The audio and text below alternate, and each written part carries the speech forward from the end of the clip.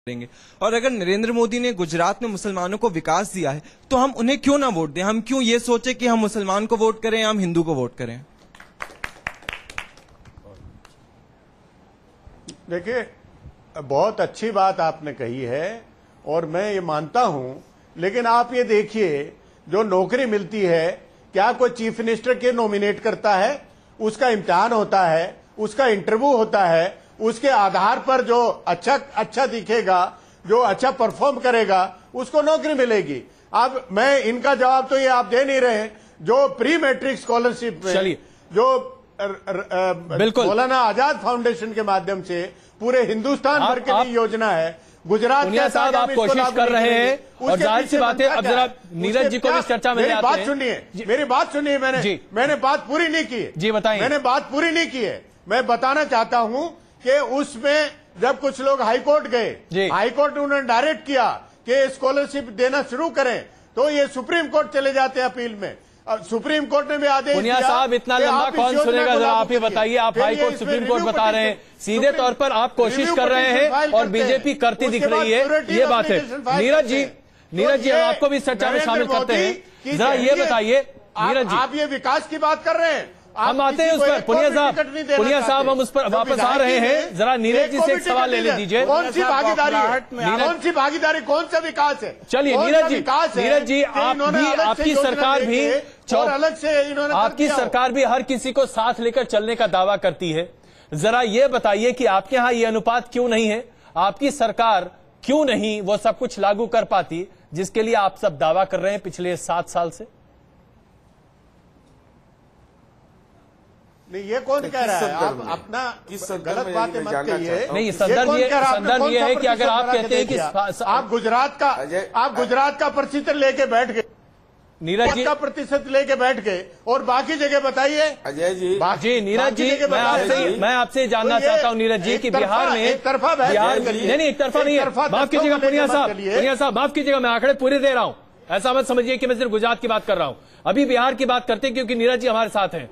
नीरज जी ये बताइए कि बिहार की राजकीय सर्विसेज में 2.5% मुसलमान आज काम करते हैं और पुलिस की सेवा में 1.75, जबकि आबादी कहीं ज्यादा है, आप भी जानते हैं। ऐसा क्यों? फिर यह क्यों ना कहा जाए कि आप सांप्रदायिक हैं? निश्चित रूप से अजय जी आपने बुनियादी सवाल उठाया है।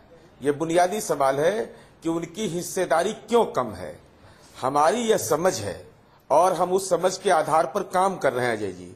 हमारी यह समझ है कि जो सच्चर कमीशन की रिपोर्ट में भी दर्ज है कि दलितों से भी उनकी हालत बदतर है। उनके मानव विकास सूचकांक के लिए, ह्यूमन इंडेक्स के लिए कोई काम नहीं किया गया। 7.5 वर्षों में हम लोगों ने माइनॉरिटी के जो बच्चे हैं उनके तालीम के विकास के लिए हमने निचले स्तर पर तालीमी मकरज हो आप लोग या दूसरे, माफ कीजिएगा नीरज जी, लेकिन यही सवाल आज हर कोई आप लोगों से जानना चाहता है। बात मुझे कहने दीजिए, पूरी बात अजय जी मुझे नहीं, आप पूरा घोषणा पत्र पढ़ने लगेंगे तो उतना वक्त नहीं है साहब ना। मैं इसी सवाल को उठा रहा हूं।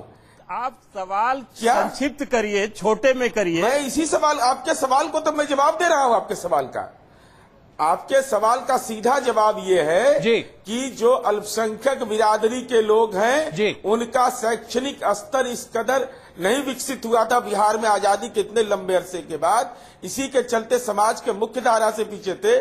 तब हमने फैसला लिया कि उनके बुनियादी कोशिश कर रहे हैं पिछले 7 सालों से क्रियान्वयन की योजनाएं बनाई। प्रेम शुक्ला जी इस वक्त हमारे साथ हैं। प्रेम शुक्ला जी आज परिणाम आ रहा है। चलिए हम आप उस पर बात करते हैं जरूर, लेकिन प्रेम शुक्ला जी क्या आप वाकई में मानते हैं जिस तरीके से पुनिया जी और नीरज जी कह रहे हैं कि चाहे जो कुछ भी कह लीजिए, नरेंद्र मोदी की छवि सांप्रदायिक है, थी और रहेगी?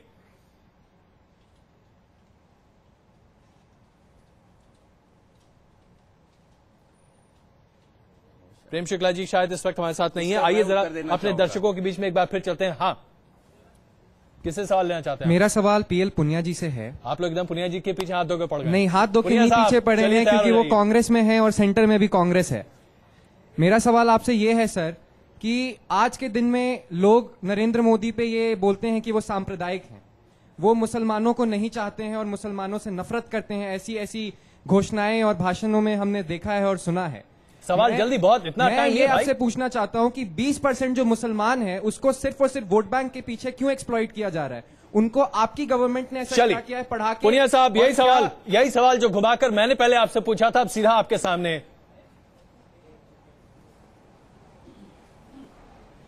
क्या सवाल पूछा है?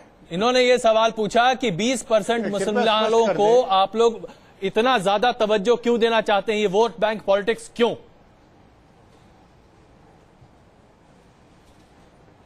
देखिए, एक तरफ तो आप कहते हैं कि सच्चर कमेटी ने कहा कि दलितों से भी कम स्थिति, खराब स्थिति है, और उसके लिए उनको बराबर लाने के लिए ऐसा नहीं है कि उनको ज्यादा तवज्जो दी जा रही है, जो जरूरत से ज्यादा, बल्कि जितनी जरूरत है उतनी तवज्जो देना अनिवार्य है। वो भी अनुसूचित जाति के लिए, अनुसूचित जनजाति के लिए जो तवज्जो दी जाती है वो भी उसी तरह से ये जरूरी है। और ये माना है सच्चर कमेटी ने कि एजुकेशन के ऊपर सबसे ज्यादा तवज्जो देनी चाहिए, और इसीलिए pre matric scholarship, post matric scholarship भी लागू किया गया। और हम ये नहीं कहते, हम नहीं कहते, दुनिया कहती है, दुनिया कहती है कि नरेंद्र मोदी सांप्रदायिक है। यहाँ तक कि अनेक यूरोप के, अमेरिका के जितने देश हैं, आज तक इनको वीजा नहीं देते। और क्या वजह है? वो इसलिए नहीं देते, पार्टी क्या कर रही है, कांग्रेस पार्टी, क्योंकि ये मानव अधिकारों के हनन का आरोपी है। चलिए, तो आप इस बात को मानने को बिल्कुल तैयार नहीं है, आप 100% मानते हैं कि नरेंद्र मोदी उसके लिए ही गुनहगार हैं, हालांकि अभी तक कहीं सिद्ध नहीं हुआ है। लेकिन इसके बारे में हम और चर्चा करें उससे पहले मोदी जी के ऊपर जो एक और आरोप उनके तमाम विपक्षी लगाते हैं, आइए जरा उसके बारे में भी चर्चा कर लेते हैं। आइए अब आपको दिखाते हैं ये रिपोर्ट कि कैसे नरेंद्र मोदी के लिए बार बार ये कहा जाता है। चलिए, ये रिपोर्ट हम आपको कुछ देर में दिखाते हैं, लगता है कुछ तकनीकी दिक्कत है। प्रेम शुक्ला जी इस वक्त हमारे साथ मौजूद है। प्रेम शुक्ला जी, एक आपकी आखिरी टिप्पणी इस पर। नरेंद्र मोदी पर सांप्रदायिक होने का दाग हमेशा हर विपक्षी पार्टी लगाती रही है, किस तरीके से शिवसेना इसे नकारती है? नहीं, पूरी तरह से नरेंद्र मोदी सेकुलर है। यदि राजीव गांधी सिखों के हत्याकांड के बाद सेकुलर है, ये सत्येंद्र नारायण सिन्हा भागलपुर दंगों के बाद सेकुलर है।